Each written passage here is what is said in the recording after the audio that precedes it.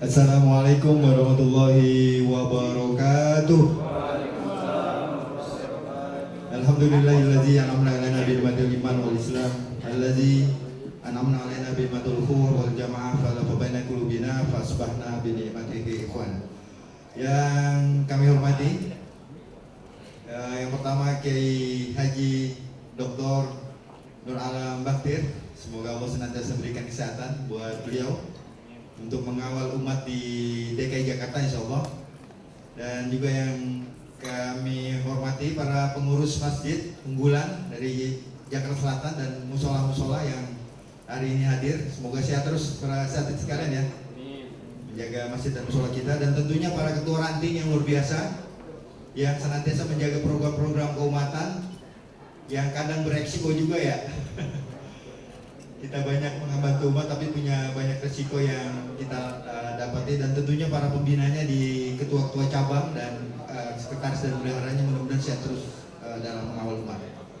Dan para sahabat sekalian yang luar biasa, hari ini sesi pertama kita luar biasa ya, kita kehadiran kiai kita yang sangat kita tunggu-tunggu untuk memberikan masukan dan arahannya buat kita semuanya terkait dengan optimalisasi fungsi masjid untuk melakukan pemberdayaan zakat atau dana umat yang sedang kita kawal untuk dalam rangka pemberdayaan di masjid kita. Para sahabat sekalian, tadi Pak Wali sudah menyampaikan ya, bagi Basnas Jakarta Selatan sudah menyentuh ke 65 miliar kalau tidak salah tadi saya dengar. Tapi sesungguhnya kalau kita lihat data di Jakarta Selatan 2002 itu 2022 BPJS di BPS kita, umat muslim di Jakarta Selatan itu sekitar 87%. Dan itu sama dengan di Jakarta Timur. Kalau di Jakarta Barat mungkin sekitar 80 sampai 84%. Dan kalau kita lihat jumlah muslim yang ada di Jakarta Selatan, kurang lebih yang sudah akhir balik itu kabarnya sekitar 2,5 juta. Kalau sampai yang anak-anak itu mungkin sekitar 3 juta. Artinya 3 juta orang muslim itu bayar zakat fitrah itu ya. Nah kalau 3 juta kaum muslimin ini bayar zakat, kalau kita hitung fitrahnya aja 50.000, kira-kira berapa tuh Bang Firman? Kalau kagak salah 150 miliar itu untuk zakat fitrahnya aja itu. Sekarang kita lihat di masjid dan musola kita, setiap bulan Ramadan berapa yang kita terima itu? Kalau dibagi lagi, kalau di Jakarta Selatan botinya dapat 770 masjid, itu rata-rata mungkin harusnya teorinya ya masjid kita tuh bisa ngambil sekitar 200-an juta tuh. Zakat fitrahnya doang, itu bukan zakat mal tuh yang harus wajib dibayar. Tapi apa yang terjadi saat ini, rupanya kita masih punya PR untuk melakukan pembinaan bagaimana zakat kita bisa masuk masjid kita dan musola kita nih. Jadi kalau nggak salah mungkin baru sekitar 35% kali ya zakat itu yang bisa kita ambil. Dan akhirnya itu menjadi PR kita bersama. Dan alhamdulillah kemarin DMI Provinsi DKI Jakarta sudah MOU dengan Bajis Basnas. Ini kita sangat bersyukur betul ya, karena kita sudah bekerja sama dengan Bajis Basnas semenjak 2020-an ya. Kita intens untuk membuat UPZ dan alhamdulillah kemarin sudah di MOU kan. Artinya ini kan jadi daya dorong yang luar biasa. Nanti kita akan dengarkan langsung bagaimana program, karena Kiai Nur Baktir ini salah satu komisioner yang bertanggung jawab untuk melakukan pengumpulan dana gitu Kiai, kalau tidak salah ya. Dan itu kaitannya dengan bagaimana kita bisa memberdayakan UPZ yang ada di kita semuanya. Nah karena itulah kita akan dengarkan arahan dan juga bagaimana cara kita nanti bisa berkolaborasi. Dan hari ini sama-sama kita bisa pastikan sinergi antara Bajis Basnas dan DMI khususnya di Jakarta Selatan bisa berjalan dengan baik. Baik, kepada Kiai kami persilakan. Waktu kita 30 menit Kiai. Nanti kita ada tanya jawab sekitar 15 menit. Ya, makasih ya.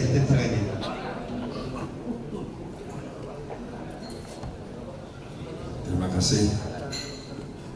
Assalamualaikum warahmatullahi wabarakatuh. Bismillah, alhamdulillah, wassalatu wassalamu ala rasulillah Sayyidina Muhammad ibn Abdillah wa alihi wa ashabihi wa man tabi'a nasrahum wa wala wa la hawla wa la quwwata illa billah, amma ba'd. Yang terhormat Ketua DMI Jakarta Selatan Pak Haji Adi, para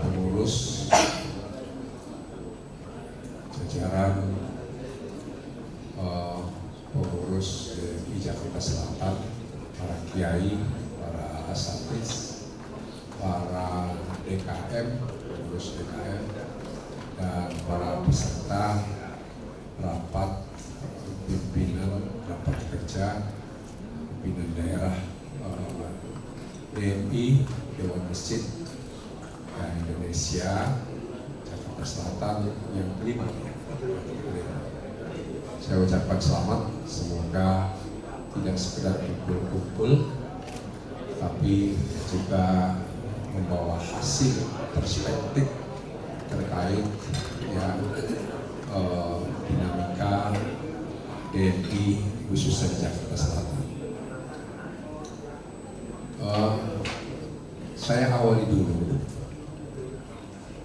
inti ajaran Islam itu kan 3. Pertama terkait akidah, dan akidah ini yang paling fundamental. Sekarang lagi merembak yang namanya akidah yang mujassimah, ya, musyabbihah mujassimah. Itu sebenarnya tantangan kita DMI. Jadi akidah kita itu yaitu bukan sekedar keesaan Allah, tapi juga akidah itu tauhid, mengesahkan Allah. Makanya orang Mu'tazilah, ya, rukun iman yang pertama itu tauhid, bukan percaya kepada Allah, tapi tauhid. Demikian pula Syiah, tauhid. Tauhid itu artinya mengesahkan. Yang kedua, isi ajaran Islam itu syariah. Syariah itu jalan menuju mentauhidkan Allah. Ya, jalan. Karena itu ikrarnya inna sholati wa nusuki wa mahyaya wa mamati lillahi rabbil alamin. Artinya bukan saja sekedar sholat, puasa, haji, tapi hidup profesi apapun yang kita miliki, hingga konsekuensinya kematian pun inna lillahi wa inna ilaihi raji'un. Nah, dan yang ketiga, isi Islam itu adalah peradaban. Peradaban itu intinya 5. Jadi substansi dari peradaban Islam itu 5. 1, koneksitas manusia dengan Sang Pencipta, ya, al-ittisal bainal insan wa bainallah atau bainal khaliq, bainal makhluk wal khaliq. Itu yang kedua, harmonisasi, ya, koneksitas hubungan manusia dengan al-khaul, ya, al-ittisal bainal insan wa bainal khaul, dengan universe, dengan alam semesta ini. Nah, sampai nggak boleh kita sehingga dunia pun mengakui nggak boleh mencabut pohon-pohonan sembarangan, apalagi hutan. Itu sebenarnya ajaran Islam yang substantif. Atau masuk bagaimana tata cara memotong hewan aja kan, itu kaitannya dengan al-qaul. Dan masuk dengan apa? Kasar. Yang ketiga, al-ittisal bainal insan wa bainan nas, koneksitas, harmonisasi, ya, koneksitas antara manusia individual. Jadi kalau insan itu manusia individual, dan anas itu manusia kolektif, ya. Jadi sebagai manusia sosial. Nanti intinya itu adil, ya, ihsan dan ihsan. Jadi itu hebatnya Islam. Minimal itu adil. Adil aja sudah susah. Karena ketidakadilan menyebabkan kerusuhan di Nepal itu. Alhamdulillah di Indonesia nggak sampai seperti di Nepal. Tapi kalau dibiarkan nggak ada tanggung jawab sosial para pemuka agama, pengkritisi kayak Rocky dulu, itu bahaya. Karena hukum sosial itu pasti, itu eksak. Makanya harus adil. Nah, di atas adil itu ada ihsan. Ihsan itu super. Nah, di atas ihsan itu yaitu ihsan, the best. Ya. Ihsan, wa yusiruna ala anfusihim wa law kana bihim khasasah. Ini peradaban Islam. Yang keempat yaitu al-ittisal bainal insan wa bainal amanah, ya. Jadi hubungan manusia dengan amanah, al-mas'uliyah itu akan dipertanggungjawabkan. Baju yang kita pakai aja kalau dalam perspektif Islam, dalam dimensi tasawuf, ini baju kan yang dipakai akan dipertanggungjawabkan. Kita punya baju di lemari nggak dipakai-pakai, nanti minta tanggung jawab. Kenapa saya dimiliki tapi nggak pernah dipakai gitu kan? Apalagi kalau istri nggak dipakai kan, ya, itu berat kan? Sampai itu kan amanah gitu kan? Amanah. Jadi makanya ini luar biasa kan? Itu ini peradaban dan yang kelima al-ittisal, ya, bainal insan wa bainal hayati, antara koneksitas, harmonisasi manusia, hubungannya dengan kehidupan. Apa hidup ini? Nah, banyaknya manusia belum tahu, nggak ngerti hidup ini apa. Padahal hidup ini kan satu ayat aja kalau dicontohkan, surat Al-Hadid ayat yang ke-20, ya. Ya, ilamu anamal hayat di dunia laibun walahun wazinatun wa tafakhurun wa takatsur fil amwal wal aulad. Ya itu 5 itu aspek. Itu hidup. Yang pertama itu yang paling fundamental, karena laibun itu ibtila saja. Hidup ini ibtila, ujian. Ya, makanya orang banyak lulus dengan ujian yang pahit, bisyarri, ya, tapi tidak lulus kebanyakannya bil khairi, kan itu. Padahal al khair itu sekarang KPK lagi mudah-mudahan dari Prabowo dikasih konsistensi, ya, istiqomah untuk ngumpulin duit koruptor itu kesejahteraan. Nah itu karena apa ya? Karena ya ujian, banyak orang diuji. Makanya kalau dalam perspektif Islam, jabatan itu apa sih? Mana-mana doang, dan bukan prestasi, mama. Emang prestasi jabatan itu? Termasuk saya di Basnas itu, prestasi bukan, amanah doang. Ya, amanah doang. Prestasi itu yang kita lakukan setiap hari itu.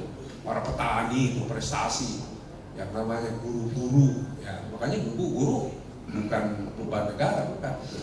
Nah, itu prestasi justru. Prestasi itu yang kita geluti, gitu. Nah ini al-mas'uliyah, pertanggungjawaban. Itu isi. Karena itu syariat, ya, yang diturunkan oleh Allah itu ada yang disebut dengan maqasidus syar'i. Tadi isi peradaban mana ini? Maqasidus syar'i. Ini kontekstualisasi. Padahal maqasidus, kalau kembalinya semuanya kepada maqasidus syar'i, ini yang harus dikembangkan. Saya baru buat buku mana tadi?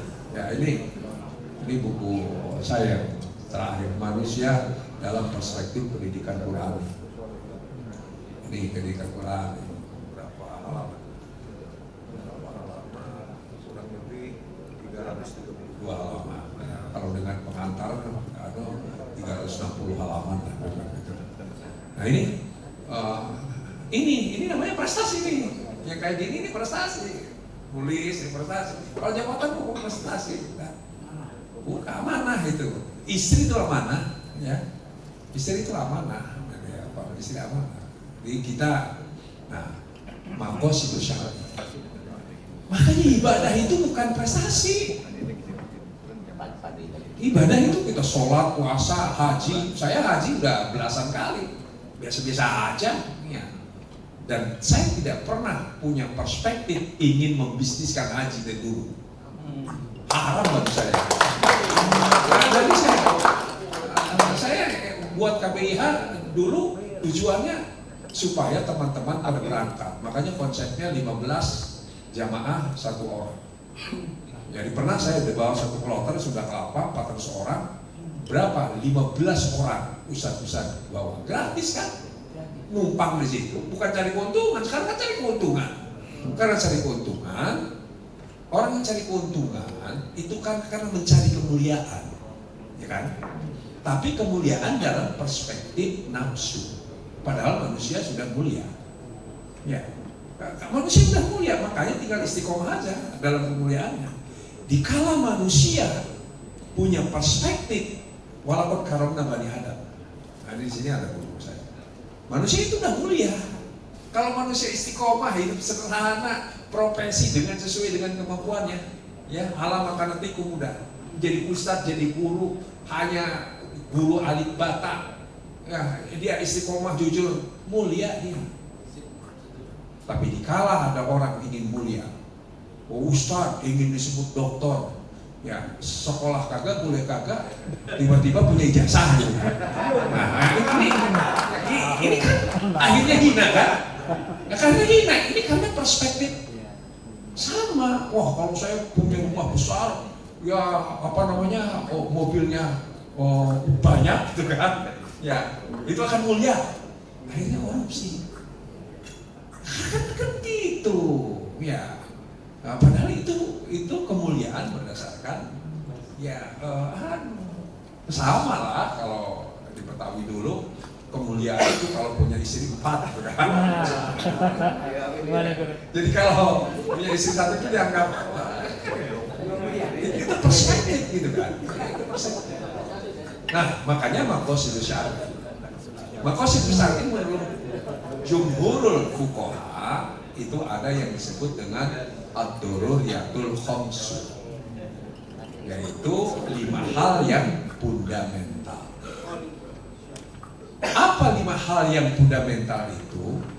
Termasuk kenapa zakat khudz min amalihim shadaqatan turimatu jaqibiyah. Kenapa innama shadaqatul fuqara atau bah 103 dan atau bah 60 gitu. Kenapa? Karena tujuannya maqasidus syar'i. Yang pertama al-muhafazatu 'ala din, yaitu untuk menjaga agama. Jadi termasuk DNI ini bagian daripada untuk menjaga agama. NU menjaga untuk bagian menjaga agama. Muhammadiyah organisasi itu untuk menjaga agama. Dan itu perlu dana. Dananya potensinya sudah ada. Kita jangan melirik kepada yang lain. Meliriknya kepada, kalau pada zaman Rasulullah kan baitul mal. Ya, jadi potensi pendanaan dalam Islam itu ada zakat, ada infak, ada sedekah, ada wakaf, ada hadiah, ada diat, ya kan? Ya, itu semuanya itu bagian daripada potensi. Nah, kenapa kita melirik yang lain? Kenapa kita selalu APBN, APBD? Kalau umat Islam di negara Pancasila ini, kalau sekarang ada undang-undang zakat, konsentrasi gitu itu, fakir miskin itu terlalu gampang gitu mengatasinya. Nah, tapi syaratnya itu menjaga agama. Agama itu perlu dana. Nah, kenapa? Karena intan surullah yang surkum wa yusabit aqdamakum. Kalau kamu menolong agama Allah, ya kalau intan surullah itu maksudnya tolonglah agama Allah, dalam salah satu tafsirnya kan begitu. Ya, maka nanti Allah akan menolong kamu dan akan mengokohkan posisimu. Mungkin kokoh. Saya doktrin kepada anak saya punya anak 4. Ya, saya doktrin sama anak saya, kalau kamu kerja jangan cari duit. Orang cari duit itu nggak bakalan dapat, karena nggak akan puas-puas. Kalau misalnya tadi kan, kalau istilah Allah kan tamani namanya, amlil insani ma tamanna. Manusia itu hanya berangan-angan aja, udah punya duit 1 miliar, ternyata nggak ada apa-apanya. Ya, ingin 100 miliar, udah 100 miliar, nggak ada apa-apanya. 1 triliun, nggak ada apa-apanya. Kenapa? Karena Allahnya bilang, wala tajidannahum akhrasan nasi ala hayatin wa minal ladina asyaraku yawaddu ahadum la yu'ammaru alfasanatin. Bahkan gitu kan, wa muhabbijazi minal azab. Jadi orang ini paling rakus itu, manusia itu rakus. Makanya korupsi sekarang gila-gilaan, kira-kira. Dan duitnya nggak berani ditaruh di bank. Nggak ada di bank itu, di bunker-bunker itu. Ya, di bunker ngeri itu. Kenapa? Karena kalau ke bank nanti ketahuan, bikin gelisah. Itu namanya taman. Jadi di sini agama. Karena itu syiar, sholat jamaah itu syiar. Nah, makanya ada sholat, ada pertemuan mingguan, ada bulanan, ada tahunan, kan gitu ya. Ada tahunan, ada jamaah harian, kan? Nah, itu yang namanya ada dunia, jamaah dunia itu haji, syiar. Wa may yu'adzim sya'irallah fa innaha min taqwal qulub. Itu bagian daripada untuk menziarkan Islam. Itu adalah, dan ini baru duit. Nah, makanya kalau kembali kepada isar tadi, hubungan manusia dengan manusia, nggak akan terjadi kuota 10.000 yang punya reguler kemudian dipindahkan kepada duit. Dan herannya kok Ustadz mau gitu. Masa nggak ngerti ayat tadi kan? Kalau ngerti ayat tadi justru mengalah. Harusnya kan mengalah Ustadz itu. Ini hak orang lain, merasa tidak bersalah, padahal ar-rosi wal murtasi binar. Dalam KUHP kita, ini ada orang maling HP, handphone, ya, entah dari mana. Kemudian dijual kepada si toko handphone second gitu, ketahuan. Tersangka kan nih yang penadanya? Tersangka si maling dengan penadah, tersangka. Haji juga begitu, ya kan ternyata. Haji aja begitu, kok sempit banget pikiran agamanya. Seakan-akan enggak saya jadi korban, bukan korban, itu justru persekongkolan namanya. Ya kalau jangan mau dong, itu hak reguler, jaga agama, muruah. Makanya sampai-sampai la tasubul ladina yaduna min dunillah wa yasubullah adwan bighairi ilm. Jangan kamu menghina Tuhan yang mereka sembah, apapun yang sembah itu patung, entah itu gunung, entah itu air, jangan. Karena mereka akan menghina Tuhan Allah yang kamu sembah dengan penuh permusuhan dan tanpa ilmu. Sampai begitu untuk menjaga agama. Jadi agama istilahnya gini, kalau nanti Tuhannya komplain, gara-gara lu ngejek-ngejek Tuhan Yesus, ya pakai cawat, akhirnya mereka menghina aku gitu. Jadi kena apa namanya? Iya, kena getahnya kan gitu. Itu menjaga muruah agama. Gitu. Kalau berbicara Islam peradaban tuh enak gitu. Nah ini. Yang kedua, ya, al-muhafazatu ala nafsi, menjaga jiwa. Makanya tidak ada peperangan dalam Islam ekspansi kecuali mempertahankan diri. Nah, itu mempertahankan diri, ya. Jadi perang dalam Islam itu kutiba alimal qital, ya. Ya itu diwajibkan berperang itu kalau tidak diserang nggak boleh, ya. Nggak boleh kita nyerang. Ya, jadi kalau sudah mereka pun berhenti, kita harus berhenti. Nah, ini karena menjaga jiwa, nggak boleh jiwa. Satu jiwa itu fa'ahya apa namanya, man qatala nafsan bighairi nafsin aw fasadin paka'an nama qatalan nasa jami'a. Jadi makanya ada ayat wala taqtulu anfusakum, jangan kamu membunuh dirimu sendiri. Sendiri aja nggak boleh. Kenapa? Karena tidak ada alasan untuk bunuh diri. Lahirnya kita itu nikmat. Si Hendy, ya, sekarang itu dia hanya modal 50.000 bisa ke Mekah, ya. Hanya modal 50.000 bisa ke Mekah. Artinya ngapain kita putus asa hidup gitu? Yang penting di jalan jalur yang baik, menjaga wajada, ya. Ya, waladina jahadu fina. Kalau orang sungguh-sungguh dalam satu perkara saja di jalan kami, lanah dia naum sebulan. Kasih jalan. Tapi di kasih jalan ada yang bengkok-bengkok, kayak si Hendy di Malaysia ditawari, udah kamu saya kasih tiket, nggak perlu jalan kaki, tidak mau tergoda. Ini istiqomah namanya. Jadi dengan kalau sudah ajam itu nggak boleh. Itu jiwa tidak boleh. Wala taqulu awladakum khasyata imlaq. Anak-anak juga boleh. Ya, dan sebagainya. Makanya ada kisos. Ya, walaupun bil kisos, ya, bil kisos ya hayatun. Ada jaminan hidup kan? Makanya kisos itu bukan tujuan, bukan untuk menjaga kehidupan itu. Makanya kalau kita lihat ayat kisos ya ayyuhalladzina amanu kutiba alaikumul qisas, ya apa namanya?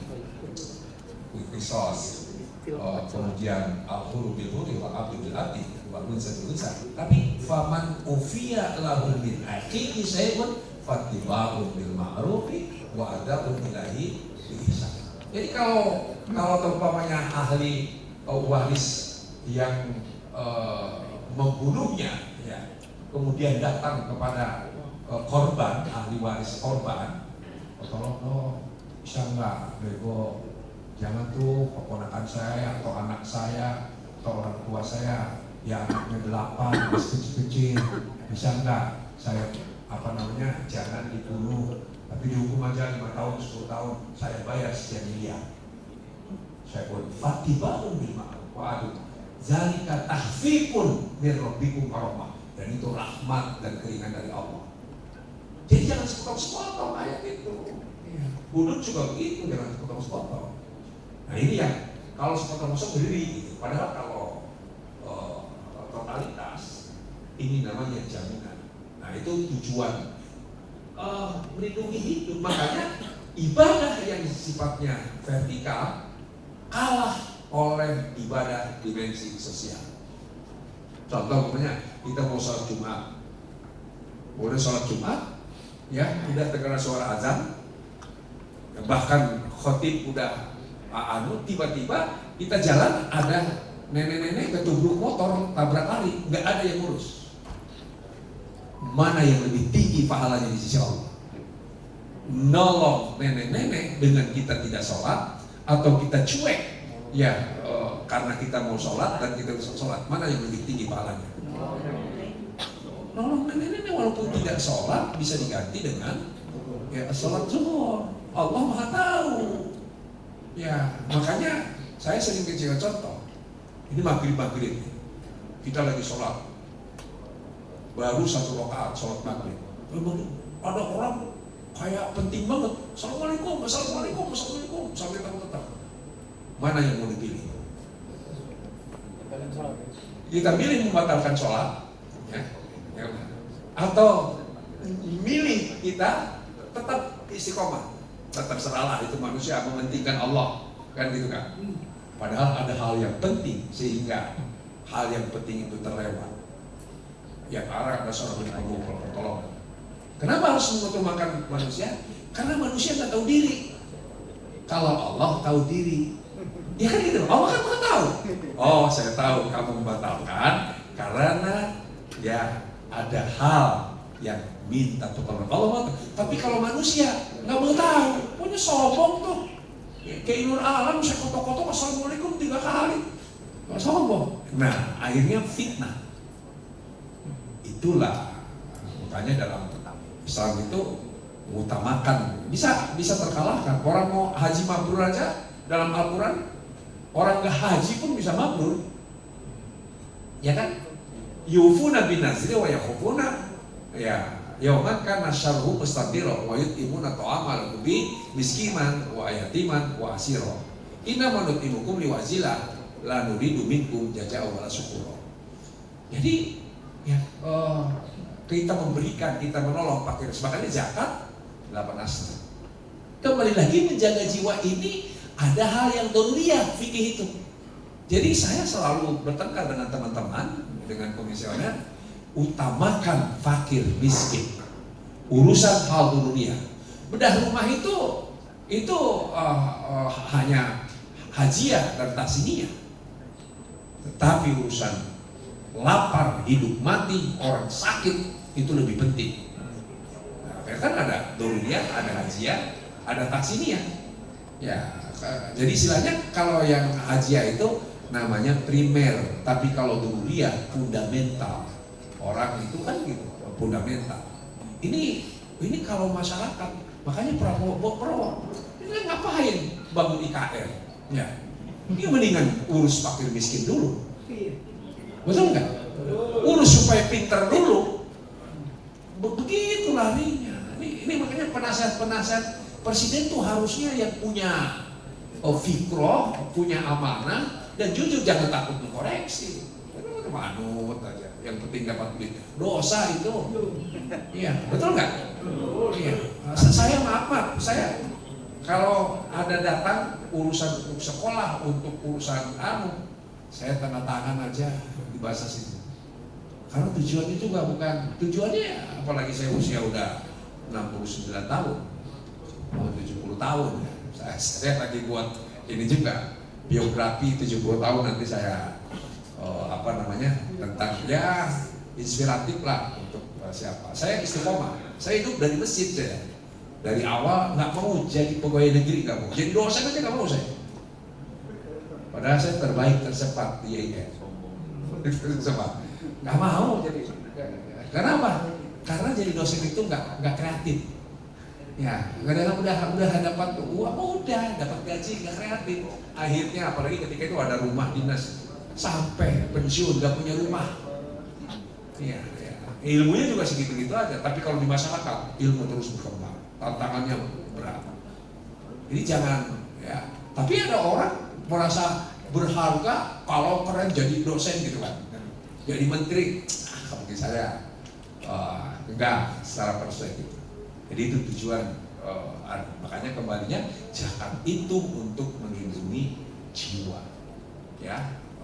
Karena kalau kita menghidupi seseorang sama dengan ya menghidupi semua orang. Kita membunuh seseorang sama dengan membunuh semua orang. Kenapa? Apalagi yang dibunuhnya kayak korban kilometer 50. Itu kan masih berjalan semua kan?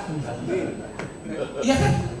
Dengan dibunuh itu maka turunannya dibunuh itu. Kan kalau hidup kan dia kawin, kalau kan punya keturunan.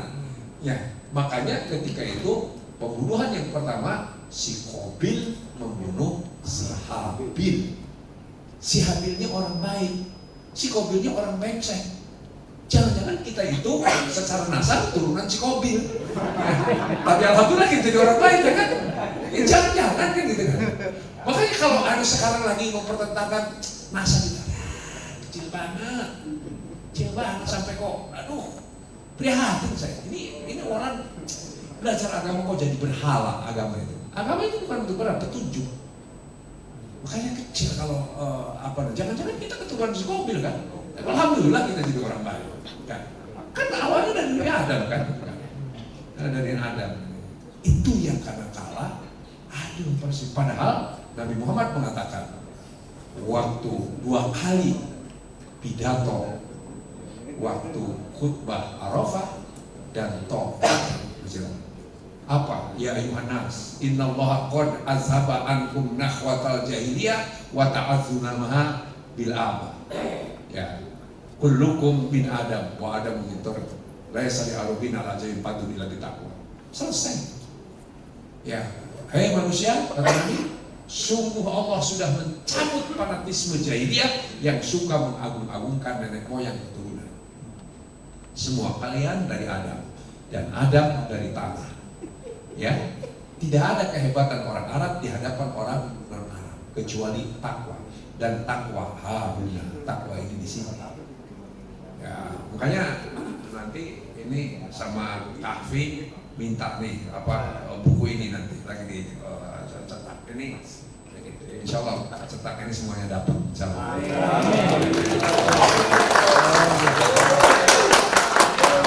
Iya, termasuk pakaian.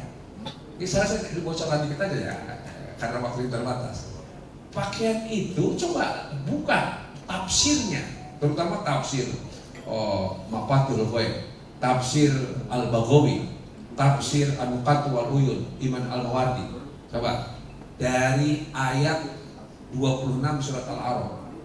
Ya. Ya bani Adama, qad anzalna 'alaikum libasa yuwari sawatikum warisa wa libasu taqwa. Ya dari kafir. Allah menurunkan 3 pakaian. Pakaian sawah itu su. Ya, yang su itu laki-laki jeleknya 1. Makanya sadar sebagai manusia orang wamena pakai koteka. Itu manusia tuh sadar. Nggak kayak kuda.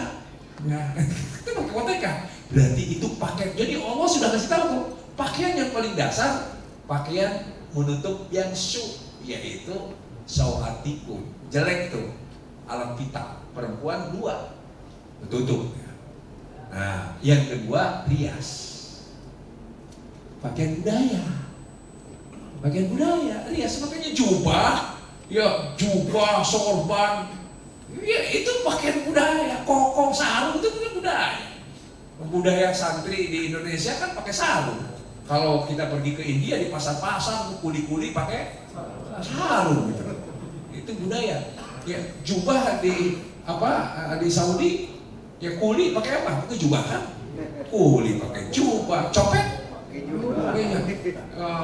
Perempuan yang pakai cadar, ada nggak copet yang pakai cadar? Banyak. Itu bukti Abu Jahal, Lahab. Itu namanya pakai celana cingkrang, itu budaya. Budaya apa? Budayanya ketika itu isbal itu karena jorok orang Arab itu. Saya pertama kali haji itu tahun 85. Joroknya minta baunya ke masjid yang penuh bau ya. Kemudian kan tanah pasir gitu Pak. Jadi kalau enggak enggak cingkrang ya, maka kena najis itu maksudnya. Sekarang jadikan fanatika. Kalau enggak cingkrang, enggak mengamalkan sunnah katanya. Kan konyol. Jadi tidak mengambil peradabannya. Contohnya, habis assalamualaikum, imam, itu Nabi kan nengok tuh jemaah. Itu bukan lampun, ngedikte. Ini si fulan ada. Dikala ada yang nggak ada, nanya itu si fulan yang biasa di situ siapa? Kemana? Kalau mati, kalau sakit dia samperin. Kalau mati dia takziah. Kalau sekarang nengoknya cuma ngapain? Ayo. Iya, di situ ruhnya tidak diambil, cuma abunya yang diambil. Jadi ke situ lah. Makanya ini saya membuka ini. Nah, baru libasul taqwa. Ya, libasul taqwa itu pakaian muruah, pakaian harga diri, pakaian kehormatan, pakaian ibadah, ya. Pakaian akhlakul karimah. Itu yang namanya libasul taqwa. Yang bagus itu 3-3-nya dipakai. Nah, yang bagus 3-3-nya dipakai gitu kan. Ini yang terbagus. Nah, makanya dari kafir. Nah, tapi tidak boleh memilih. Cuma kalau kenyataannya ada, ya kan ada bukan daripada pakai jilbab tapi nyopet, dia mendingan pakai jilbab enggak nyopet gitu kan. Nah, itu bukan pilihan. Itu namanya belum menuju ke sempurnaan. Jadi begitu. Jadi bukan pilihan. Nah, jadi yang ketiga, al-muhafazatu 'alal aqli. Jadi tujuan syariat Islam itu benar akal. Itulah sebabnya zakat itu apa? Pakai mesin untuk akal. Nyekolahin. Ya, disekolahin tuh, sekolahin. Makanya wajib tolong ini fardhatun 'ala kulli muslimin, ya, utubul ilma minal mahdi ilal lahdi. Ya, itu fondasi untuk memelihara akal. Karena ada 52 ayat dalam Al-Quran, la'alakum taqilun, la'alakum yatafakkarun, ya ulil albab, ya ulil absar. Jadi kembalinya zakat itu untuk nyekolahin. Makanya setiap beasiswa yang ini sekarang kita buka beasiswa September ini. Kalau ada yang anak mau drop out, datang ke Basnas, syarat-syarat terpenuhi, saya tanda tangan aja, merem saya. Ya, karena ini akal ini. Ujian untuk mencerdaskan. Ya, saya punya di Jakarta Utara ada anak tukang cuci pakaian tetangganya. Dia ikut testing ke Al-Azhar, masuk 200 jajaran yang diterima ke Al-Azhar. tapi nggak punya biaya untuk berangkatnya, tiketnya, kemudian untuk tinggal di sana selama ini, kemudian datang ke wali kota Jakarta Utara, kemudian wali kota datang memberi surat saya langsung ke tangan. Alhamdulillah sekarang sudah baru selesai S1 dan masuk S2. Itulah fungsinya zakat, mencerdaskan. Jadi mencerdaskan. Apa? Makanya kenapa dilarang mabok?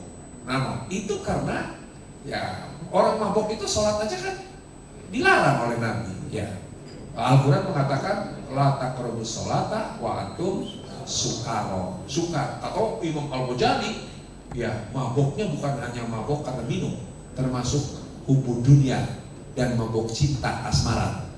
Jadi kalau orang dari kasmaran percuma tuh sholatnya. Karena pikirannya keluar mana kan? Iya kan mengalami kan kasmaran semuanya. Ya, yang ketawa-ketawa itu ngalami semuanya kasmaran. Emang Ustaz nggak pernah kasmaran? Ayo. Ustaz kasmarannya lebih-lebih. Ya itu lebih-lebih kasmarannya. Ya, kenapa? Karena nonton kagak kan ya. Biliar enggak, nonton enggak, apa yang enggak. Satu-satunya hiburan ya awewe gitu. Tanpa kenal lain. Jadi itu ya yang jadi akal.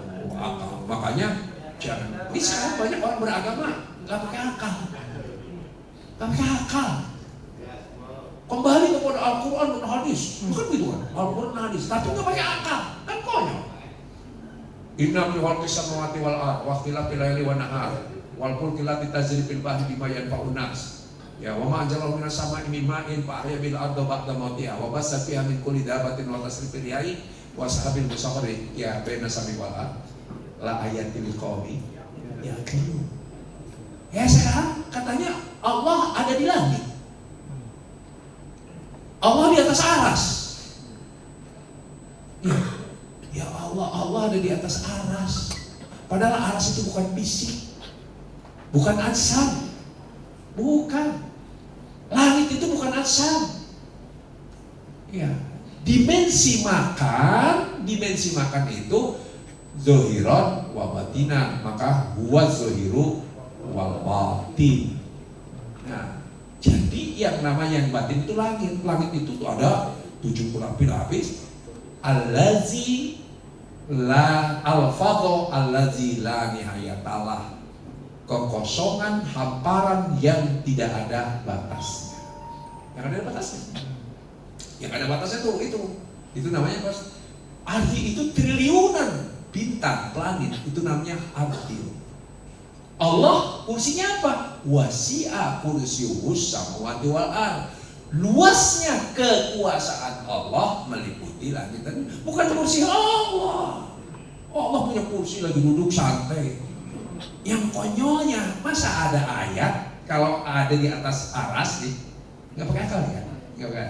Kalau ada di atas aras, ya alal asistawa itu ada 7 ayat. Sumastawa alal arsi itu ada 7 ayat. Dengan ar-Rahmanu alal asistawa 8 ayat. Tapi Arsyil Azim ada 33 ayat semuanya. Dari mana? Aras 33. Saya pelajari semuanya dengan tafsirnya. Ada yang menunjukkan bahkan ada aras yang agung miliknya Ratu Balqis, walaha arsyun azimun. Jadi kalau Ratu Balqis punya aras yang agung, Allah ada di aras, lebih keren Ratu Balqis tuh. Kan konyol itu kan. Ini karena nggak pakai akal, nggak pakai akal. Nah ini yang bermujassimah.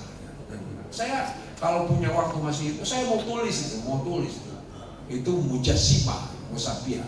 Dan itu paling fondasi, paling fondasi itu akidah itu tadi, menjaga agama, akidah. Banyak ya ini. Jadi makanya kalau tanggapi itu, subhanallah. Nah ini menjaga akal sampai kepada lain. Sama dengan yanjilu yanjilu rabbuka ila sama'id dunya kan gitu. Allah Tuhanmu turun ke langit dunia, ila sama'id dunya, ke langit dunia. Bisa 3 malam. Katanya zatnya. Ya, bukan rahmatnya, padahal itu rahmatnya turun, sudah turun dan sudah turun, bukan belum turun. Nah, kalau dalam arti zatnya di sepertiga malam, berarti itu turun dari yang lebih atas ke bawah, dan akhirnya naiknya kapan? Allah, kapan? Wahtilatil laili wan nahar. Sekarang jam 12 kurang. Di Amerika siang atau malam? Malam sekarang. Jadi malam hilang nggak? Nggak hilang. Sekarang waktu zuhur hilang nggak? Enggak. Sekarang di Papua udah jam 2. Iya kan? Di Aceh baru jam 11 kurang. Jadi di Aceh kan gitu. Di Saudi Arabia baru jam 8. Makanya harus pakai akal lah gitu. Kalau pakai akal nggak akan bilang rahmat itu sudah ada. Kalau tahajud tengah malam itu bukan karena Allahnya, linknya lagi senggang. Kan ada dai-dai itu, wah Allahnya lagi senggang, ibarat telepon itu. Ya. Itu konyol. Padahal jelas ya. Yas'aluhu man fis samawati wal ard kulla yaumin huwa fi sha'n. Setiap detik, setiap saat nggak ada waktu senggang bagi Allah kecuali super sibuk. Jadi kalau waktu malam bukan Allah yang diringankan, bukan. Kita inna nasyi'atal lail hiya asyaddu wat'an wa aqwamu qila. Dikala kita bangun malam itu lebih konsentrasi, bacaannya mantap. Makanya saya membiasakan diri sampai sekarang kalau baca itu malam, sepertiga malam. Gitu ya. Jadi masuk otak, menghafal dulu gitu. Ternyata habis. 3 menit lagi. 5 menit lagi sisa. Yang keempat, al-muhafazatu ya, ala nasab. Menjaga keturunan. Menjaga keturunan tidak boleh ada yang ngaku-ngaku. Dan tidak boleh ada yang membegal nasab. Kan begitu, ya. Itu yang namanya seorang, kan Nabi pernah mengangkat adopsi, kemudian binnya kepada Muhammad, kan turun ayat yang harus dipanggil berdasarkan bapaknya. Makanya dalam Islam tidak ada adopsi, nggak ada adopsi, nggak boleh cikal nasab. Kalau ada yang ngaku-ngaku nasab, itu dosanya sendiri, enteng amat, kan gampang gitu kan. Di situ kalau ada yang ngaku-ngaku nasab. Dan saya, ada nggak orang kalau udah tahu sadar, yang satu ini begitu 3 tahun sadar, 3 tahun sadar kan? Atau udah kita sudah tamyiz itu bisa membedakan yang baik. Makanya manusia disebut mumayyiz ya. Dan mukhtar, bisa memilih. Kan memilih. Jadi ada tamyiz, ada mukhtar, mumayyiz, mukhtar. Nah sekarang kalau kita ada ibu orang lain cantik, ibu kita tidak cantik, kita pilih siapa? Ini kita sudah mumayyiz, kita sudah pakai akal. Kita memilih yang benar-benar ibu kandung kita yang jelek, ya, atau ibu orang lain yang cantik. Kan nggak mungkin milih yang orang lain. Tetap itu fitrah. Makanya manusia itu tamyiz, bisa membedakan. Itu nasab. Makanya ada pernikahan, binikah, keturunan itu laisa bisifah, bukan perzinahan. Nah ini jadi syariat Islam tujuannya itu untuk, nah disinilah zakat masuk. Zakat masuk untuk apa? Itu banyak yang di rumah-rumah kumuh yang kumpul kebo, gitu. Iya, ada yang nikah siri, diisbatkan dananya dia miskin, maka zakat disitulah masuk. Lagi-lagi butuh uang, makanya ada isbat. Isbat itu luar biasa menjaga nasab, termasuk konsultasi pernikahan. Kenapa? Untuk menjaga nasab itu sampai at-talaqu marotani, fa imsakun bima'rufin, atau tasrihun bi ihsan. Pada umumnya orang Indonesia, orang Islam bahkan di dunia pada umumnya nikahnya secara syar'i Islam, tapi kalau cerai secara Yahudi. Saling buka aib kan? Ya, aib buka, wah. Ada yang bilang, ya, punya maneh mah tengenah katanya. Naon eta naon? Naon kiai? Paham nggak? Terjemahkan. Ya itu jelek-jelekan. Padahal awat tasrihun bi'ihsan. Kalau ma'ruf itu kuatnya kasih uang belanja 50.000 kasih 50.000. Kuatnya 25.000 kasih 25.000. Kuatnya 100.000 kasih 200.000. Itu maksudnya. Perlakukan dengan ma'ruf. Ma'ruf itu kan yang dipahami, ya kan? Itu kan isim maf'ul yang dipahami. Ya, pahamnya dan mengerti sesuai dengan ala qudri ya kulihi. Nah sekarang biqadil imkan. Sekarang yang kedua, kalau bisa ihsan. Ihsan itu super. Maksudnya apa kalau bisa? Ya kata suaminya, ya kita kayaknya susah ya, bukan jodohnya. Karena karakter saya dengan karakter kamu beda.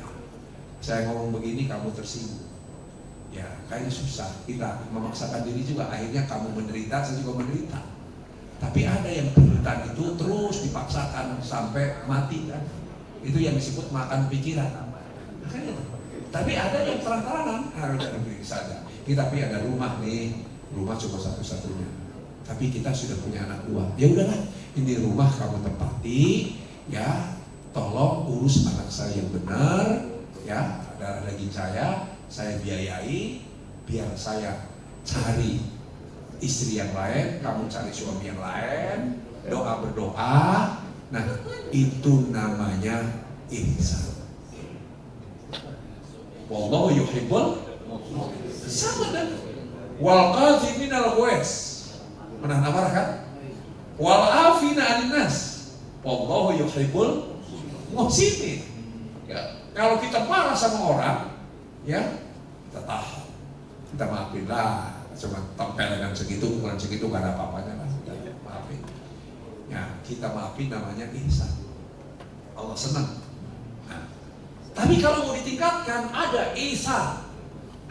Ya, ihsan itu apa? The best. Setelah kita maafin, ajak makan bakso. Yuk kamu lapar nggak? Yuk kita makan bakso atau traktir di warung sederhana ya. Nova, itu namanya the best. Ya, kalau sama istri udah habis, udah semuanya buat kamu. Saya mah, itu namanya suami yang the best. Orang tua yang the best, anak sekolah, ya, apa namanya ngalah. Kita untuk anak, itu namanya suami yang the best. Ya. Dan yang terakhir, ya, itu kan perlu yang nanya untuk tadi bahwa nasal itu perlu dana, makanya zakat di situ. Dan terakhir al-muhafazatu alal mali, ya, yaitu untuk menjaga harta. Jaga itu harta harus dijaga. Ya, maka di antara jaganya termasuk jangan terkontaminasi. Disinilah Allah menawarkan, ya ayyuhalladzina amanu hal adullukum ala tijaratin tunjikum min azabin alim tu'minuna billahi wa rasuli wa tujahiduna fisabilillahi bi amwalikum ya anfusikum dzalikum khairul lakum in kuntum. Kenapa? Yaghfir lakum dzunubakum wa yudkhilukum jannatin tajri min tahtihal anhar wa masakin thayyibatan bi jannatin dzalikal fawzul adzim. Anfiku, ya, min qabli ayyatiya ahadakumul maut fayaqula Rabbi laula akhartani ila ajalin fa asad aku nasalin. Jadi di situ sedekah atau infak, masya Allah. Begitu juga surga dan neraka. Sari'u ila maghfiratin min rabbikum wa jannatin arduha samawatul ardh uiddat lil muttaqin. Siapa itu? Alladzina yunfiquna bisarra. Ini kesempatan ini. Nah, begitu. Sekarang udah ada regulasinya, zakat, yaitu Undang-Undang Zakat nomor 23 tahun 2011. Nah, sebagai bukti kita ada concern. Nah, dalam surat An-Nisa ayat 59 Perintah kepada orang beriman, ya ayyuhalladzina amanu atiullah wa atiur rasul wa ulil amri minkum. Ulil amri sekarang udah mengeluarkan regulasi terkait zakat, kesempatan. Makanya ini harus ulama-ulama datang tuh ke Pak Prabowo. Pak Prabowo, urusan makan bergizi nggak usah pakai APBN, nggak usah pakai APBD, udah pakai tauqi aja, tanda tangan. Tanda tangan apa? Keluarkan kepres, semua umat Islam yang ASN, BUMN, ya semua stakeholder perusahaan BUMN yang punya kewajiban jaya keluarkan zakat itu. Zakatnya keluarkan, kan cuma 2,5%, pajak 11%. Kan kalau diambil 2,5% masih banyak tuh. Ini kalau berani nih Prabowo, wah, masuk surga dia. Ini perlu. Ulama tuh begitu berpikir, karena itu kan ar-rasikhun. Ya, jangan berkutat. Wah, bid'ah. Peradaban itu harus bid'ah. Kalau nggak bid'ah ya nggak akan terjadi peradaban. Ya. Tapi Al-Quran kalau nggak dibid'ahkan, ditulis kan, mana ada Al-Quran yang dicetak kayak sekarang begitu bagusnya? Nggak akan ada, karena nanti ada bid'ah. Kan begitu, itu Al-Quran kan. Ya. Pokoknya kita tahu jawab nih, awas. Ya, saya ingin berdialog dengan orang-orang yang paham begitu tuh, tapi nggak mau sih mereka. Ya maunya di YouTube, keluar gitu kan. Tapi di face to face nggak mau. Saya kira dipaksa. Ya karena waktu. Terima kasih kalau hukum. Allah muwaffiq wal mubarak. Wassalamualaikum warahmatullahi wabarakatuh. Waalaikumsalam warahmatullahi wabarakatuh. Baik, terima kasih Kiai Nurul, luar biasa ya. Ada 2 poin penting tadi ya, yang terkait dengan filosofis zakat yang hari ini kita dapati dari beliau, terkait dengan karakter manusia untuk pemahaman kita terhadap bagaimana menyikapi tentang zakat. Dan tadi yang poin penting yang saya garis bawahi ini terkait dengan kerjaan kita di UPZ 8 asnaf ini yang harus kita pahami. Dan mungkin sedikit menyambung tadi setelah disampaikan oleh Kiai Nur Alam. Tadi sebelum masuk saya dapat arahan dari Haji Tatang terkait dengan optimasi UPZ kita nih di masjid dan musola. Jadi tadi Kiai Nur Alam sudah menyampaikan tentang filosofis yang luar biasa ya terhadap karakter manusia dan bagaimana nanti kita menyikapinya untuk melakukan aplikasi di masjid dan musola kita. Nah, tadi Ustaz Tatang diskusi dengan saya dan ini sesuai dengan rencana kita juga sebetulnya untuk memberdayakan UPZ dan musola kita. Jadi beliau sarankan kita akan bentuk untuk Jaksel ini semacam lembaga sertifikasi untuk para pelaku UPZ kita nanti. Jadi memastikan para pengelola UPZ itu yang kemarin kita sebut duta zakat gitu ya, itu nanti punya pemahaman tentang apa yang disampaikan oleh Kiai Nur Alam tuh ya. Bagaimana memastikan 8 asnafnya, kemudian bagaimana cara bekerja untuk memastikan penyaluran dan sebagainya. Dan yang paling penting nyari duitnya gitu ya. Jadi fundraising gitu untuk bisa kita gunakan. Dan tadi ketemu juga dengan Ketua Pembangunan Gedung Keumatan kita, Gedung MMI, DMI dan IPKO. Sekarang dia beliau menjadi Ketua Badan Pengelola Gedung yang kita pakai buat kantor kita. Tadi diskusi bertiga, diantaranya kita akan bentuk kayak, kan di situ ada kelas-kelas tuh nanti tuh. Nanti kita akan kumpulkan para pelaku-pelaku UPZ kita untuk bagaimana memahami lebih dalam apa yang tadi disampaikan oleh Kiai Nur Alam. Karena bagaimana nanti bulan Ramadan, mudah-mudahan Pak Kavi bisa dapat tambahan banyak Pak Kavi dari UPZ kita ya. Tadi kan 65 miliar ya, mudah-mudahan 2 kali lipatnya dah, gitu dah. Nah makanya nanti insya Allah setelah ini nanti kita akan eksplorasi lagi agar tadi arahan dari Kiai Tatang dan badan pengelola kita akan manfaatkan gedung untuk pelatihan-pelatihan buat para UPZ kita.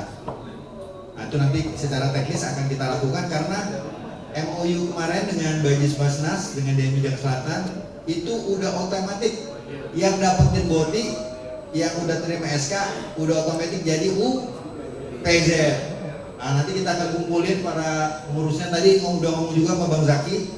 Nanti nama-nama pengurus UPZ-nya Bang, Ketua Cabang, Peni Izin, Ketua Ranting, kita akan kumpulin, jadi nanti tolong di store ke DMI dan kita koordinasi ke Baji Subasnas. Jadi kalau nggak salah kan ketua, sekretaris, bendahara ada 2 anggota, 5 paling nggak. Nah, itu pastiin UPZ yang ada di Masjid Mushola nyerahin namanya, nanti kita akan koordinasikan untuk bisa lebih lanjut ya di ya tadi untuk optimalin nyari duit banyak buat masjid dan mushola kita. Baik, ini waktu kita mepet banget ini.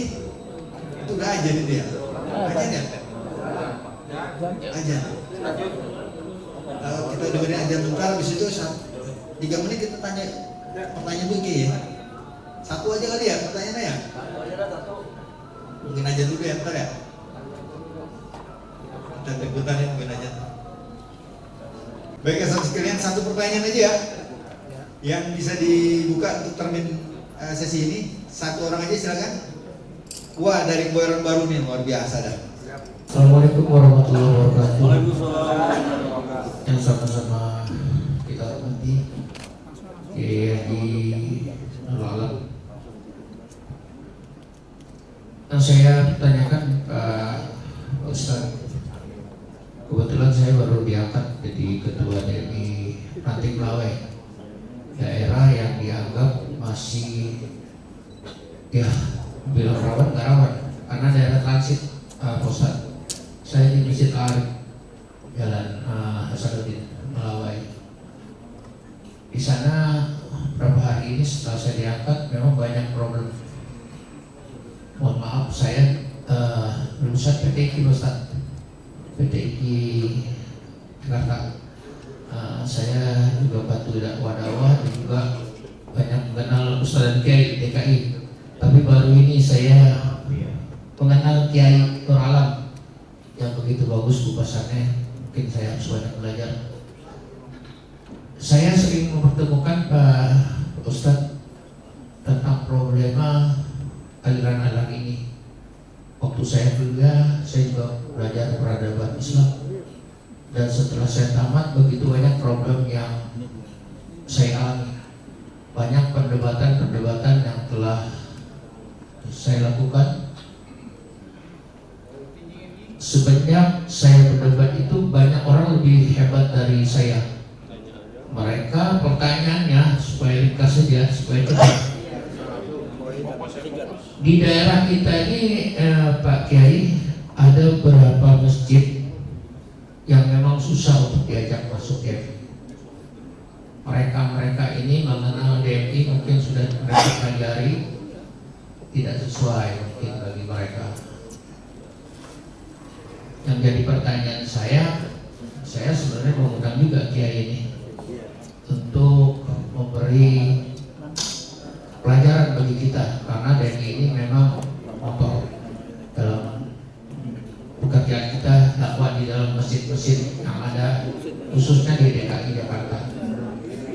Motivasinya dan arahannya bagi kita DMI khususnya Pak Kiai, bagaimana kalau kita Pak Kiai ini menyempatkan berikan kuliah kepada kita. Dan pertama sekali kebetulan Pak Kiai di masjid kita ini dan program masjid yang saya pimpin, yang saya ketuai, Masjid Arif, itu selalu mengadakan ceramah lewat Zoom dan ceramah off dan on. Jadi saya sangat mengharapkan kalau bisa kita diberikan pengarahan khusus di usulan saya khususnya DMI. Nanti kalau saya bilang Kebayoran Baru, Kebayoran Lama juga harus juga. Jadi semuanya itulah yang saya tanyakan. Bagaimana antisipasi kita, karena begitu banyak aliran-aliran yang dikatakan katanya 73 aliran tapi 1 yang betul. Sudah terasa? Ya, demikianlah itu yang dapat saya pertanyakan pada Kiai. Terima kasih. Assalamualaikum warahmatullahi wabarakatuh. Udah cukup. Langsung singkat, mohon penjelasan karena untuk PZ pengumpulan zakat itu kolaborasi antara DMI, Bazis dengan RT RW. Oh, mantap. Sekali-kali terjadi bermasalah Tapi ini pertanyaan. RT RW masalah. Oke, itu sudah jelas ya. Itu tentang Langsung. Assalamualaikum warahmatullahi wabarakatuh. Terima kasih moderator dan narasumber. Saya singkat aja yang saya tanyakan tadi, karena Pak Kiai mengatakan menghidupkan satu orang sama juga kita menghidupkan semua orang. Nah kebetulan ini kita akan mengelola basis ya zakat. Sementara di masyarakat sekarang ini kayaknya banyak orang susah ya, pengamen macam-macam itu. Bagaimana mengatasi hal itu? Terima kasih. Assalamualaikum warahmatullahi wabarakatuh. Ya, terima kasih. Yang pertama terkait dengan kuliah akidah, Pak. Dan itu tidak akan pernah berhenti. Tetapi sesungguhnya intinya cuma satu, jangan berhenti belajar. Ya, itu aja semuanya. Jadi dorongan kepada mereka pun jangan berhenti belajar. Jangan berani mengatakan tidak ada dalilnya. Kalau ada orang berani mengatakan tidak ada dalilnya, berarti belajarnya masih cetek. Karena tidak ada dalil, ngeri. Saya nggak pernah sekalipun saya mengatakan dalilnya tidak ada, apa berani saya. Kenapa? Walaupun sudah hafal Al-Quran dan ngerti artinya, belum tentu tafsirnya paham menyeluruh. Contoh aja, ada yang fanatik bahwa kalau sudah Assalamualaikum, yang sunat itu, baca Subhanallah 33, Alhamdulillah 33, Allahu Akbar 33. Di luar itu bidah, kan gitu. Padahal Al-Quran mengatakan, ya ayyuhalladzina amanu uzkurullaha dzikron katsira. Ya kan? Artinya disuruh zikir sebanyak-banyaknya.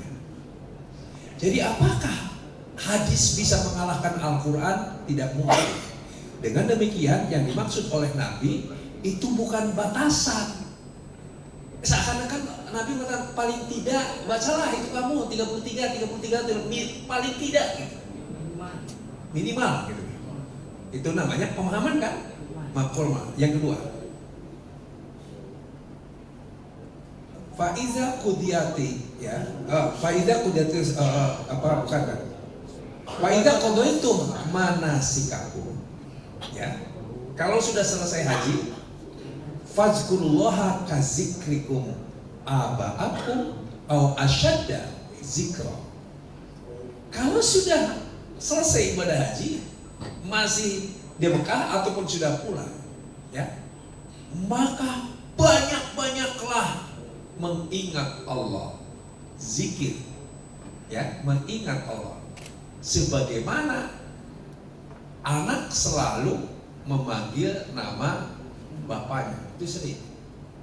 Tidak boleh berhenti, semakin banyak. Apakah itu dibatasi? Tidak. Itu baru satu pemahaman yang zohiriyah. Sekarang yang substantifnya, emang zikir itu bilisan semata? Kan tidak. Tapi zikir itu bil fikri. Tapi zikir itu bil qalbi. Nah sekarang pintu surga yang pertama, kata Imam Ar-Razi, Fahmi Ar-Razi dalam Mafatihul Ghaib jilid pertama, ya.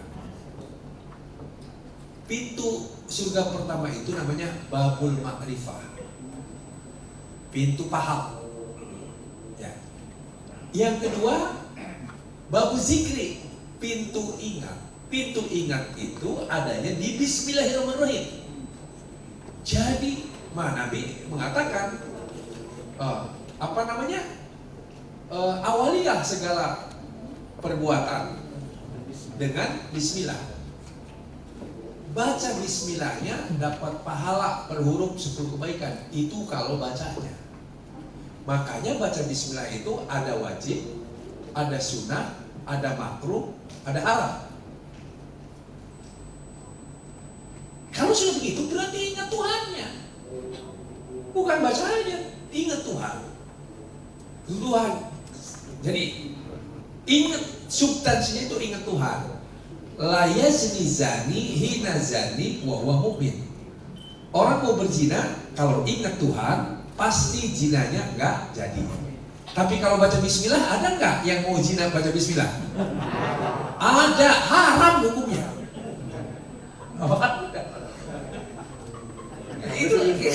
Itu makanya baca bismillah mau zina namanya haram. Tapi kalau mau campur suami istri baca bismillah boleh nggak? Justru bagus itu. Ya kan gitu kan? Serius banget. Ini saya buka. Makanya kata Syekh Abdul Qadir Jailani, betapa banyak orang yang baca bismillah tapi nggak ingat Tuhan. Kelupaan baca bismillah. Waktu musim togel nih.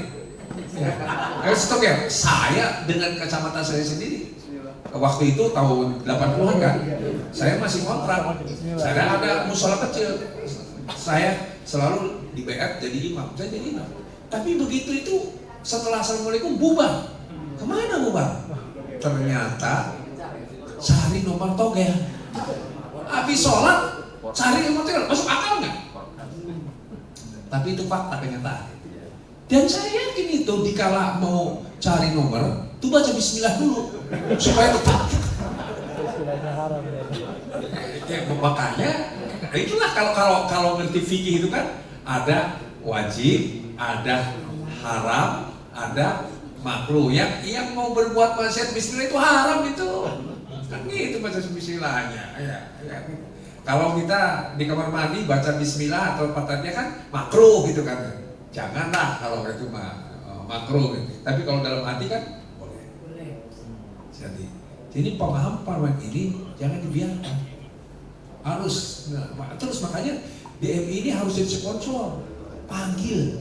Ya, pokoknya khusus kajian seperti ini cari. Dan ini murah, Maaf ini kayak begini nih. Ini paling berapa juta? Murah banyak. Bandingkan dengan wawasan keilmuannya. Ya kan? Ya, karena ini penting ini. Jadi itu dengan wawasan keilmuannya. Makanya kita ada kerjasama dengan penyuluh aja. Basnas dengan penyuluh itu setiap 2 bulan 3 sekali itu di Sunda Kelapa, di Masjid Sunda Kelapa. Itu dalam rangka seminar mengenai tentang ini wawasan keislaman.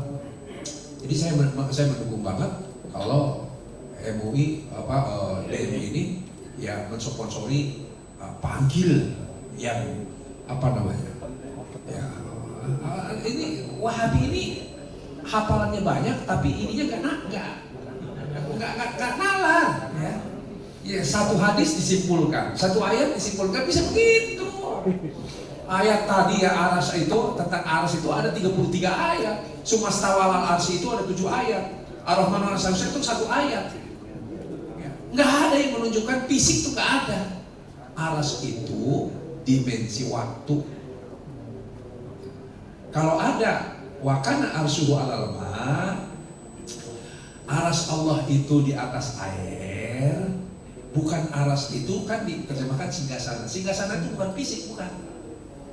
Kalau singgasana Allah ada di singgasana fisik, berarti arasnya di atas air. Kemudian wayah amilu arasya ya fokohum ya samaniyah.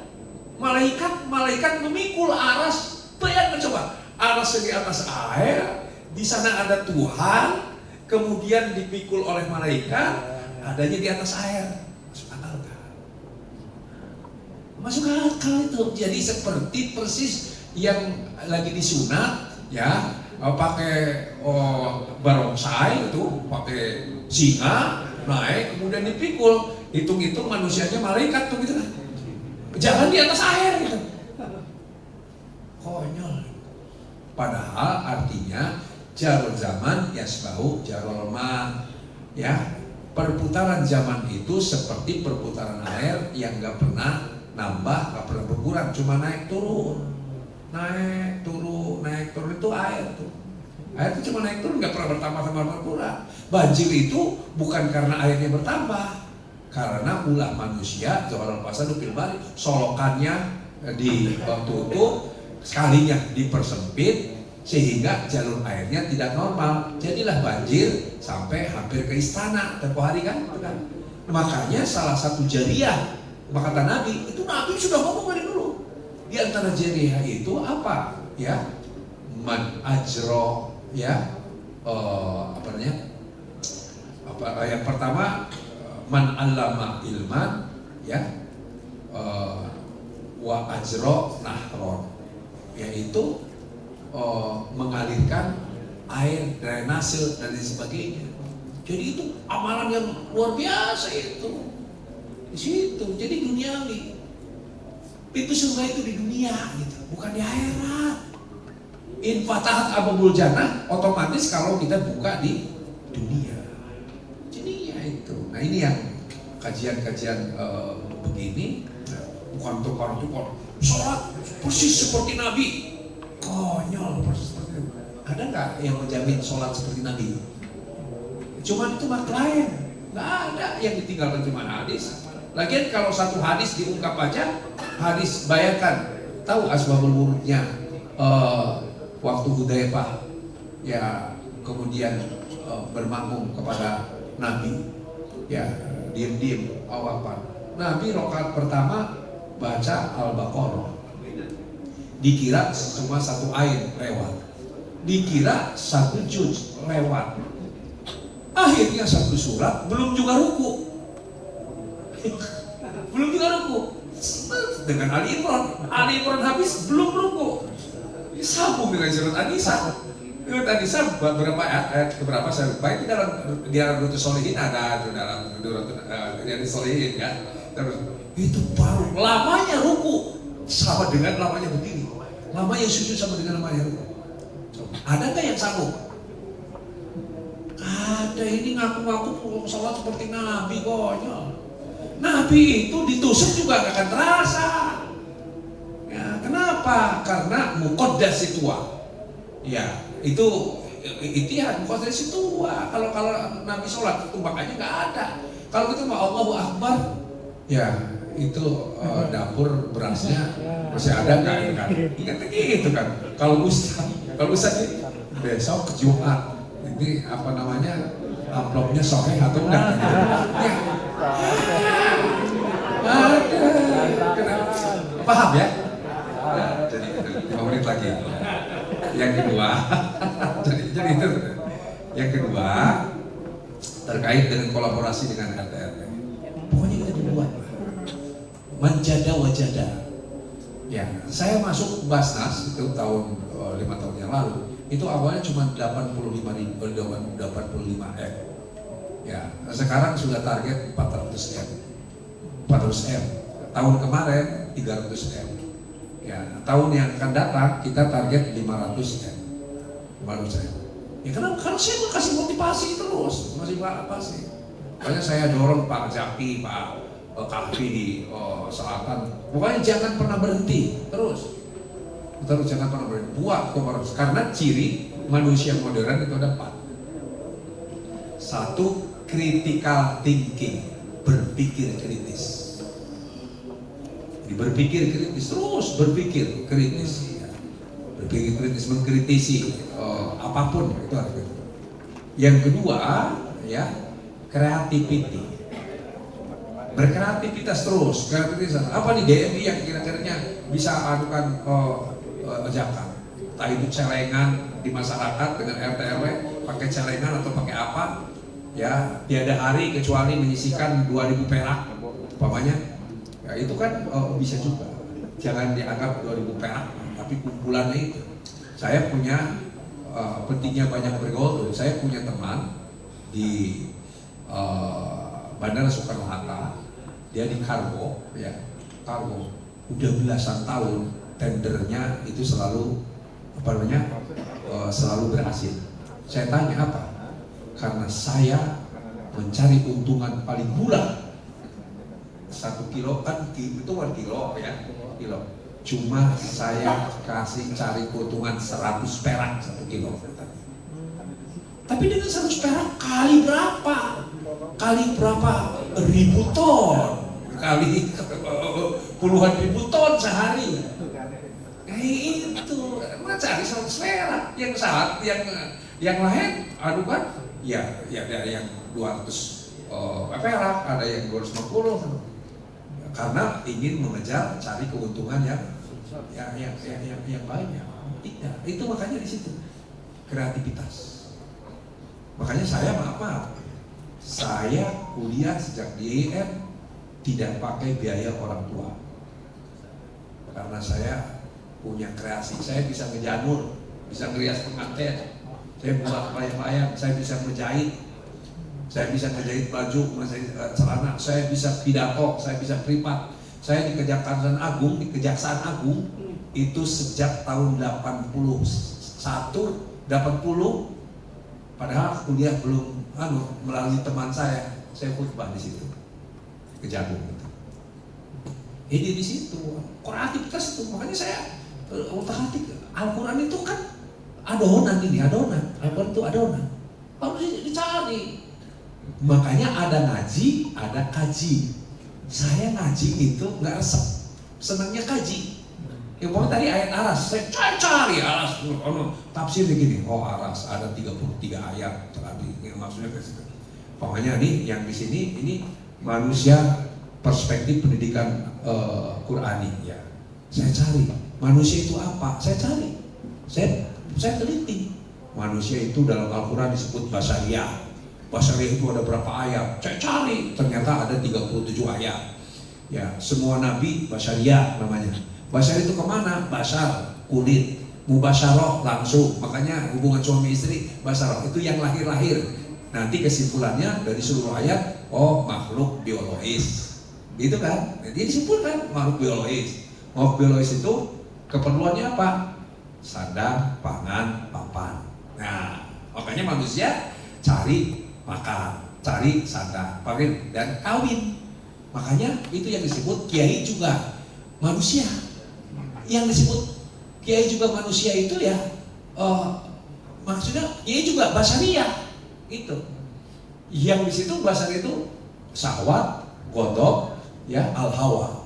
Tuh itu jadi itu syahwat, godok, al-hawa. Itu namanya basariyah. Itu bukan penelitian gitu. Itu kreatif terus. Nanti ada yang insaniyah. Saya cari insaniyah itu. Kemana sih lari jauh? Tafsir yang kita baca. Insaniyah itu kesimpulannya ada 65 ayat menunjukkan semuanya makhluk individual. Semua kalimat ya ayyuhal insan ma gharraka bi rabbikal karim. Ya ayyuhal insan innaka kadihun ila rabbika dan itu individual. Makanya semuanya wa an laisa lil insan illa ma sa'a wa anna sa'yahu sawfa yura. Dan seterusnya. Kesimpulannya apa? Ternyata insan itu makhluk yang aksentuasinya intelektual dan spiritual. Nah ini yang diprotes nanti oleh masyarakat jahiliyah. Nabi Muhammad itu tidak diyakini sebagai nabi, tapi orang gila. Karena apa? Innama anta basyarun. Iya. Seperti kita katanya, yang mabok, yang minum, yang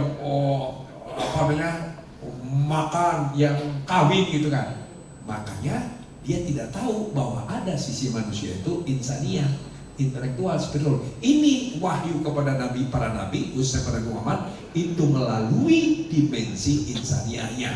Makanya Iqra bismi rabbikal ladzi khalaq, khalaqal insana min 'alaq. Iqra wa rabbukal akram allazi 'allama bil qalam, 'allamal insana ma lam ya'lam. Jadi wahyu itu turunnya kepada al-insan itu, bukan kepada basariyah. Basariyah itu tukang ngambek, ya selakah, tukang perang, ya kemudian ngumpul-ngumpul duit yang nggak keruan tadi itu kan.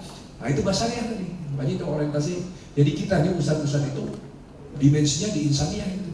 Jangan diikuti dengan basariyah, jangan. Basariyah itu nah Ar-Rahman Allamal Quran khalaqal alam belum. Jadi insan itu mampu kebaikan, penjelasan. Jadi situ. Yang ketiga communication, banyak komunikasi. Itu komunikasi. Silaturahim lah, banyak silaturahim. Ya, silaturahim. Kita nggak ini di rumah, makanya prinsip saya jangan pernah nganggur dan tidak boleh merasa nganggur. Hidup itu aja. Jangan pernah nganggur dan tidak boleh merasa nganggur. Ada aja, ada karena hadir lewat. Saya mau jalan-jalan ke teman saya. Nanti diskusi, dari diskusi itu nanti ada tuh, ada perspektif itu, ada inspirasi. Nah itu yang namanya, termasuk sekarang ini kan kita silaturahim, itu ada perspektif. Saya ngasih, tapi ada ide-ide yang Allah ngasih kepada saya gitu.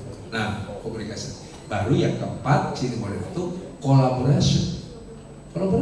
Berkolaborasi, kerjasama, ta'awanu 'alal birri wa taqwa wa la ta'awanu 'alal ismi wal 'udwan. Jadi itu aja dikembangkan. Nah, insya Allah termasuk RT RW garap semuanya. Ada ibu-ibu PKK, di situ ada ibu-ibu PKK, ada ibu-ibu PAUD, ada ibu-ibu apa lagi? Jentik apa? Jumantik gitu. Ya, ada Jumantik. Wah, itu ibu-ibu yang begitu itu disuruh kasih celengan, disuruh ngider ke masyarakat, mau itu. Nah, itu di situ. Jadi banyak yang. Nah, satu lagi, satu lagi yang tadi apa? Ya. Mustahik. Iya, justru itulah. Kalau kita mengkaji aliran Mu'tazilah, kata Wasil bin Atha, ya, saya punya tafsir Mu'tazilah, ada 6 jilid tafsir Mu'tazilah. Jadi miskin itu ada miskin karena individual, ada miskin karena struktural. Miskin karena struktural itu karena kebijakan. Sekarang masih ada sekolah, sekolah pakai tikar di hutan, belum ada ini kan. Makanya Pak Anies yaitu kan gerakan mengajar seluruh Indonesia itu kan ke pelosok-pelosok gitu. Kalau kita tidak sadar, itu yang nanti kasihan itu nanti. Makanya disitulah mereka dijadikan optimisme. Jadi sungguhnya Islam itu adalah mengajarkan optimisme. Ya, jangan pernah putus asa. Kenapa? Karena rahmatnya sudah ada. Tinggal diambil rahmatnya. Rahmat itu apa? Apa coba definisi rahmat? Rahmat itu ifadatul khair, ya, alal muqtazin, ya, melimpahkan kebaikan bagi yang membutuhkan. Allah sudah melimpahkan dalam dimensi yang universal. Coba, ini setelah habis kita minum, kemana ini? Tempat sampah. Bagi kita sampah, bagi pemulung apa itu? Rahmat bagi pemulung. Tapi nggak datang langsung ke rumah dia, ke gubuk dia, nggak harus disamperin ke tempat sampah. Jadi datang ke tempat sampah ini namanya memburu rahmat Allah ada di plastik ini. Begitu. Jadi rahmatnya udah Allah di tempat sampah di Bekasi itu rahmat Allah. Makanya bagi yang kejar rahmat, ada yang nanam cabai, nanam apa pinggir-pinggir, dia petik dengan itu rahmat Allah. Rahmat Allah itu sudah ada. Iya. Nah, makanya tinggal. Nah, sekarang kalau kita mau ikan. Sekarang kuliah tidak perlu pakai duit, bisnis nggak perlu pakai duit. Kalau mau kita mau bisnis di rumah aja bisa sekarang. Kan sekarang ada aplikasi. Nah, saya punya relasi itu yang istilahnya entrepreneur 3 bulan dibina 3 bulan. Bagaimana bisnis aplikasi apapun bisa dipasarkan itu selama 3 bulan. Yang penting modal ini aja. Bisa di rumah, bisa di kamar. 24 jam kita bisa bisnis, bisa memasarkan apa saja. Nah, tapi tadi nanti kolaborasi, bawahnya kita punya teman, oh dia katakanlah kalau di kalangan artis itu si Billy itu punya rendang, ya rendang, tinggal kontak dia, Billy boleh nggak saya pasarkan? Nah nanti apa? Begitu kita pasarkan ada, tinggal pesan supaya langsung kirim ke orang yang pesan itu caranya. Entah itu mau kursi, entah itu mau meja, entah itu apapun sekarang bisa. Kreativitas dan kolaborasi. Jadi begitu, itu ya pemerintah. Jadi nggak karena yang miskin itu nggak ada alasan, cuma dia buta. Kita harus masuk, ngasih bimbingan. Nah, jadi ngasih bimbingan, jadi pengamen. Wah, pengamen ini apa nih? Wah, ini ada bakat. Udah, tinggal bagaimana supaya dia kreatif membuat lagu-lagu yang jadi pengamen nggak apa-apa, tapi niatnya jangan cari duit, menghibur. Ya, menghibur. Nanti dengan niatnya menghibur pasti dapat. Begitu, ya. Tahu si Pajar Setboy itu? Pajar Setboy itu tadinya begitu itu dia. Ya, dia ngoceh aja di pasar di mana dia ngoceh. Nah, ini. Jadi itu yang disebut al-yadul mulia khairun minal yadis sufla. Cuma nanti kuncinya apapun berhasil tidak, kuncinya 4. Masih ada waktu kan? Udah habis? Ini 4 nih, 4. Penting gak? Rahasianya 4 nih. Yang pernah belajar tasawuf, ada 4 rahasia tasawuf itu.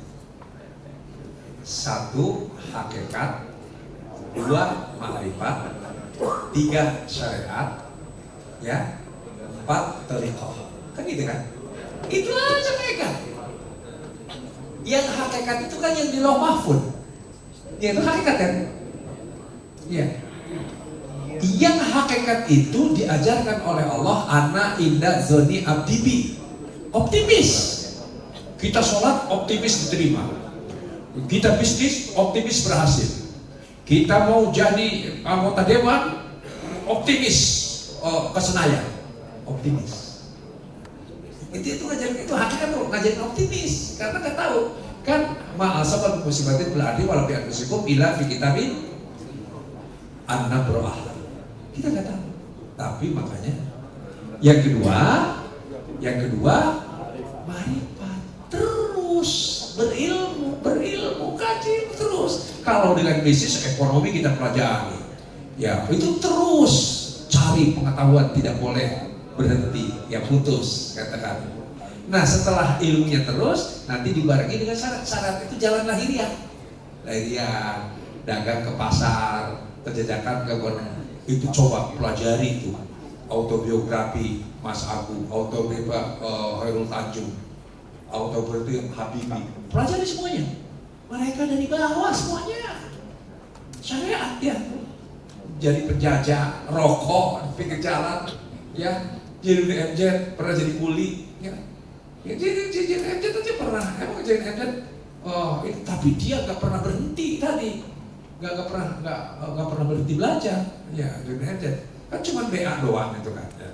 Tetapi nggak pernah berhenti belajar, syariatnya terus, syariat dia terus ngulik kreativitas kan terus. Nah syariat, nah tidak cukup, tapi harus yang thariqah. Thariqahnya apa? Malamnya bangun tahajud, berzikir, itu thariqahnya. Jadi itu bukan bahasa ngawang-ngawang, tasawuf itu bahasa realistis kehidupan dunia. Cuma di bawahnya kepada ma'rifatullah. Nggak ngerti-ngerti ma'rifatullah itu apa. Ma'rifatullah itu harus dimakrifati. Itu kan ada ma'rifat apa ya? Nanti ini masih rahasia ya. Nanti kapan-kapan saya saya kira itu ya. Jadi itu kita harus, maaf, saya tiap Sabtu punya pengajian di musola saya. Tiap hari Sabtu subuh, kurang lebih antara 70 sampai 100 lah antara. Itu saya ngaji, tapi yang filosofi tapi dengan bahasa sederhana. Orang-orang kampung, orang-orang ibu-ibu, ustadz-ustadz banyak yang ikut. Nanti setelah itu saya kasih sarapan. Sarapannya 9 menu. Ganti-ganti, tapi bukan sekaligus. Ntar nasi uduk, tukang nasi uduk dipanggil. Ntar besoknya bakso, ntar besoknya lontong, ntar besoknya mie, top-top dan sebagainya. Itu tiap hari Sabtu. Saya gitu. Jadi kita itu berbaginya jadi itu tadi supaya mereka bangkit jangan. Dan ternyata alhamdulillah ada seorang preman sekarang usia 52 tahun ikut bertahun-tahun ikut kajian dengan saya terus sempat ya, dia preman tadinya malas maunya begini aja malak aja kan preman gitu kan kerjaan Pak. Tapi saya kasih motivasi tentang kemuliaan manusia. Kamu kerja apa yang kamu bisa. Ternyata akhirnya sekarang dia berterima kasih pada saya. Sekarang saya gak gengsi, saya ngangkat-ngangkat besi pun apa. Akhirnya dipercaya. Satu syaratnya, jujur saya bilang. Gampang itu diterima, jujur. Itu begitu. Jadi karena apa? Karena preman itu kafir, tertutup oleh gengsi. Kita sebenarnya gengsi. Kita ungkap, ya dari singkap kan. Kita singkap gengsinya itu. Karena apa? Semua manusia kalau kita baca surat Al-Fatihah, apa surat Al-Fatihah?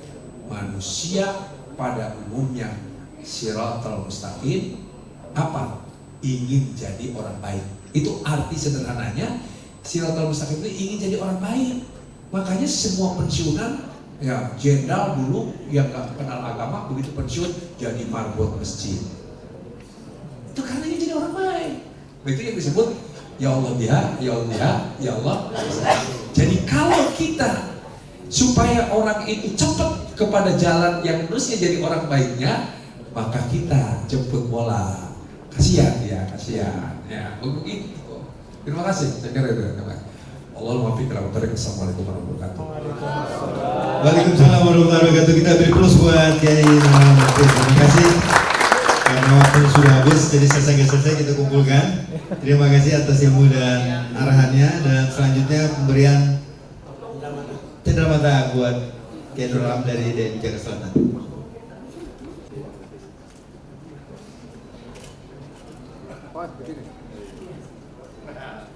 Baik, beri aplaus untuk narasumber kita. Terima kasih.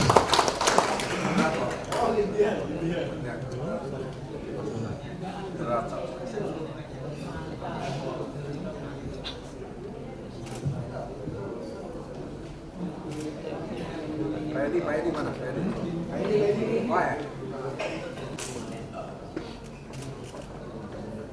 Yang lain usulnya. Baik, terima kasih kepada Pak Edi yang membantu.